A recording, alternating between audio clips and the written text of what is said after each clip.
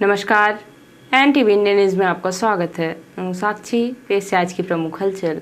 18 मई को सीधी शहर में एक सनसनीखेज घटना सामने आई है। बताया गया कि सोनतीर पटेहरा निवासी भारत शुक्ला सम्राट चौक के पास गंभीर अवस्था में मिला, जिसे इलाज के लिए जिला अस्पताल में भर्ती कराया गया, जहां पर उक्त युवक की इलाज के दौरान मौत हो गई। मामले की सूचना मिलने पर पुलिस ने मर्ग कायम करके मृतक युवक का पोस्टमार्टम कराया। इस दौरान मृतक के परिजन भी पहुंच गए। पोस्टमार्टम के बाद मृतक के परिजनों ने मृतक के शव को ले जाकर अस्पताल तिराहे पर रखकर और प्रदर्शन शुरू कर दिया। परिजनों की मांग थी कि मृतक युवक एक बस में ड्राइवरी करता था, उनको बुलाकर पूरे मामले की पूछताछ की जाए और कार्यवाही की जाए। काफी देर तक अस्पताल चौक पर चले प्रदर्शन पर NTV न्यूज की रिपोर्ट देखिए। सीधी शहर में एक बार फिर से बड़ी सनसनीखेज घटना सामने आई है। आपको बता दें कि ये जो भीड़ आप देख रहे हैं, ये सीधी शहर के हॉस्पिटल तिराहे की भीड़ है। यहाँ पर एक युवक जिसकी संदिग्ध अवस्था में मौत हो गई है, उसको लाकर उसके परिजनों ने यहाँ पर रखकर प्रदर्शन करना शुरू कर दिया है।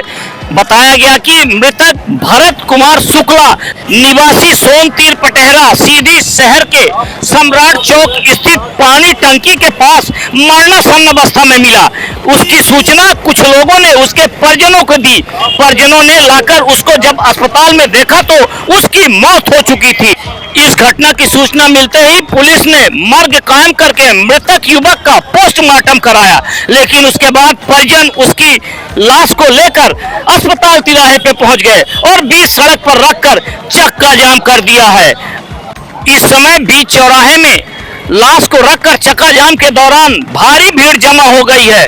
लोग तरह तरह की चर्चाएं कर रहे हैं। वहीं पुलिस परिजनों को समझाने का प्रयास कर रही है। वहीं अस्पताल तिराहे पे शव को बीच रोड पर रखकर मृतक के परिजनों ने बताया कि वह चाहते हैं कि जिन्होंने इस घटना की सूचना दी उससे पता लगाया जाए कि ये घटना कैसे हुई और उसका भाई इस अवस्था में कैसे मिला और फिर उसकी मौत कैसे हो गई। क्या है, कैसे क्या? ये हनुमान प्रसाद दुबे की बस चला रहा था, जिसमें ये शुभम सिंह बाघेल द्वारा मुझे सूचना दी गया है कि तुम्हारा भाई जो है तो मरणासन्न के अवस्था में है, जिसमें शासकीय हॉस्पिटल में जो है तो भेजा गया है। मैं जब ये जान के आया तो ये यही ग्राउंड के अंदर पड़ा था, जिसमें इसको किसी प्रकार की कोई ट्रीटमेंट नहीं हुई, कोई एक्शन नहीं लिया गया है। और जब मैं आया तो इसको वहाँ करते करते उपचार के संस्थान के उसमें करते करते ये जो है तो इसकी मृत्यु हो गई। ये बताइए, आप लोग इनको रोड में लाके क्यों रखे? हम लोग इनको रोड में इसलिए लाके रखे हैं ताकि वो आदमी आए और सही सही बताए कि घटना क्यों हुआ, कैसे हुआ।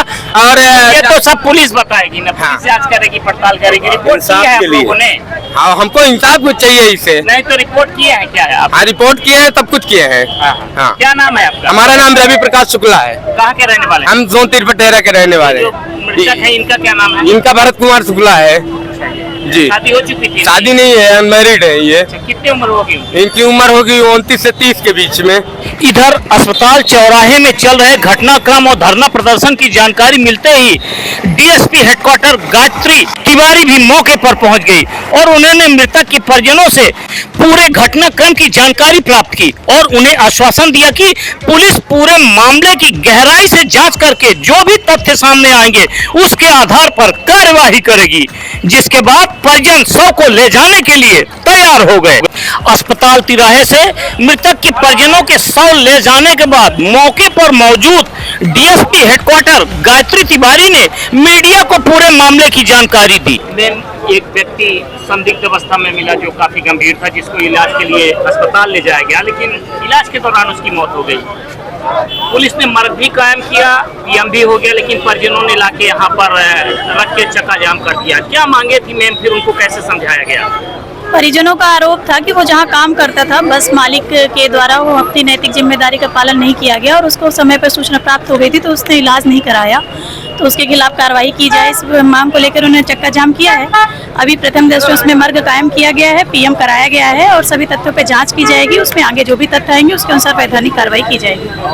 18 मई को एक बार फिर से सीधी शहर के सम्राट चौक में एक व्यक्ति मरणासन्न अवस्था में मिला है, जिसको इलाज के लिए जिला अस्पताल ले जाया गया, लेकिन वहां पर उसकी मौत हो गई। जिसके बाद पुलिस ने मर्ग कायम कर लिया है और मृतक युवक का पोस्टमार्टम कराया है, लेकिन उसके बाद मृतक युवक के परिजनों ने मृतक के शव को लाकर यहाँ पे अस्पताल तिराहे पे रख दिया है और प्रदर्शन करने लगे हैं। उनकी मांग है कि जिन्होंने उसकी सूचना दी उसको बुलाया जाए, उससे पता किया जाए कि इस युवक की हालत कैसे हुई। मौके पर मौजूद डीएसपी गायत्री तिवारी ने मृतक के परिजनों को समझाइश दी और कहा कि पूरे मामले से गहराई से जांच करके जो भी तथ्य आएंगे उसके आधार पर कार्यवाही की जाएगी। अब ऐसे में परिजन संतुष्ट होकर शव को लेकर वापस चले गए हैं और पुलिस पूरे मामले की गहराई से जांच में जुट गई है। एनटीवी इंडिया न्यूज के लिए धर्मेंद्र की रिपोर्ट।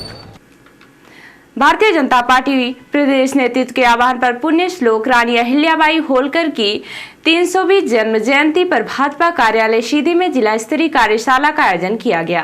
कार्यशाला का शुभारंभ दीप प्रज्वलन और रानी अहिल्याबाई के छायाचित्र पर माल्यार्पण कर किया गया। कार्यक्रम को संबोधित करते हुए भाजपा जिला अध्यक्ष श्री देव कुमार सिंह चौहान ने कहा कि रानी अहिल्याबाई होलकर भारतीय इतिहास की एक ऐसी महान विभूति है जिन्होंने अपने शासनकाल में सेवा, समर्पण और न्याय के मूल्यों को स्थापित किया है। आगे भाजपा जिला अध्यक्ष देव कुमार ने कहा कि रानी अहिल्याबाई का शासन महिलाओं के लिए प्रेरणादायक रहा है। आज के समय में उनकी तरह जनसेवा के भाव को अपनाकर हम सच्चे राष्ट्र निर्माण में सहभागी बन सकते हैं। जिला अध्यक्ष श्री सिंह ने कहा कि हमें गर्व है कि हम रानी अहिल्याबाई जैसी महान विभूति की जन्म जयंती मना रहे हैं। कार्यक्रम में मुख्य रूप से अपना विषय रखने के लिए उपस्थित सीधी सांसद डॉक्टर राजेश मिश्रा ने कहा कि होलकर साम्राज्य की महान शासिका रानी अहिल्याबाई न केवल एक प्रशासिका थी बल्कि समाज सुधार, धार्मिक चेतना की संवाहक और जन कल्याण की प्रतीक थी। उन्होंने सामाजिक समरसता को बढ़ावा दिया, साथ ही धर्म और संस्कृति के संरक्षण के लिए अपने कार्य किए हैं। रानी अहिल्याबाई न्यायप्रिय, धर्मनिष्ठा और नारी शक्ति की प्रतीक थी। उन्होंने समाज के सभी वर्ग के लिए उत्थान के लिए काम किया है। हमें उनके विचारों को जन जन तक पहुंचाने की आवश्यकता है। कार्यक्रम में भाजपा के प्रदेश कार्य समिति सदस्य व पूर्व जिला अध्यक्ष इंद्र शरण सिंह चौहान ने रानी अहिल्याबाई होलकर के जीवन चरित्र पर विस्तार से प्रकाश डाला। जिला कांग्रेस कमेटी के प्रवक्ता पंकज सिंह ने कहा कि जिला अस्पताल के बाहर डॉक्टरों के प्रैक्टिस के नाम पर चल रहे निजी क्लिनिक पर कब रोक लगेगी और कब जिला अस्पताल में मरीजों को बेहतर स्वास्थ्य सुविधाएं मिलेंगी। ये सवाल ऐसा है कि इसका उत्तर 22 साल से सत्ता में विराजमान भाजपा सरकार और उनके जनप्रतिनिधि नहीं दे पाए। यह वही जनप्रतिनिधि हैं जिनके द्वारा पोस्टर, फ्लैक्स और आमंत्रण पत्र में अपना नाम और फोटो न होने पर प्रशासन की ईंट से ईंट बजा दी जाती है, लेकिन जिला अस्पताल की बुनियादी सुविधा के लिए सबके मुंह में दही जम जाती है। कोई सत्ताधारी नेता ना कोई जनप्रतिनिधि बोलने को तैयार नहीं है।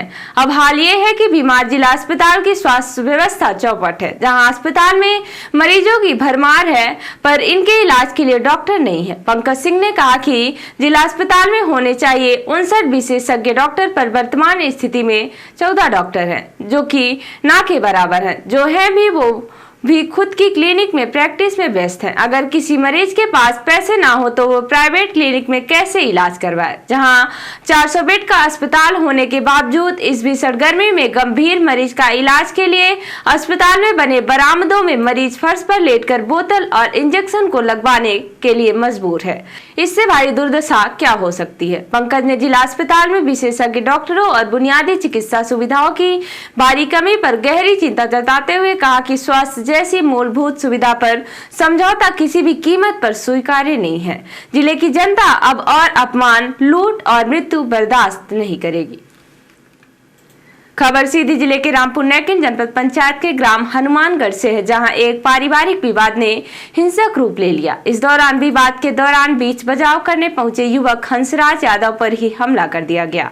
गंभीर रूप से घायल युवक को 108 एम्बुलेंस की मदद से इलाज के लिए अस्पताल में भर्ती कराया गया है, जहाँ डॉक्टरों ने उसके सिर में 5 टाँके लगाए हैं और एक हाथ में फ्रैक्चर की पुष्टि की है। बताया गया कि गाँव के ही रविंद्र भुजबा का विवाद उनके ही परिवार के अन्य सदस्यों के साथ हो रहा था। मामला गरमाता देख पास ही रहने वाले हंसराज यादव मौके पर पहुंचे और दोनों पक्षों को शांत कराने का प्रयास करने लगे, लेकिन इसी दौरान विवाद कर रहे करीब 6 से 7 लोगों ने हंसराज यादव पर लाठी डंडों से हमला कर दिया, जिसमें हंसराज गंभीर रूप से घायल हो गए। स्थानीय लोगों ने तत्काल 108 एम्बुलेंस को सूचना दी, जिसके बाद उन्हें इलाज के लिए जिला सीधी अस्पताल भर्ती कराया गया। मामले की सूचना पुलिस को देने की बात कही गई है। परिजन घटना के आरोपियों की गिरफ्तारी की मांग कर रहे हैं।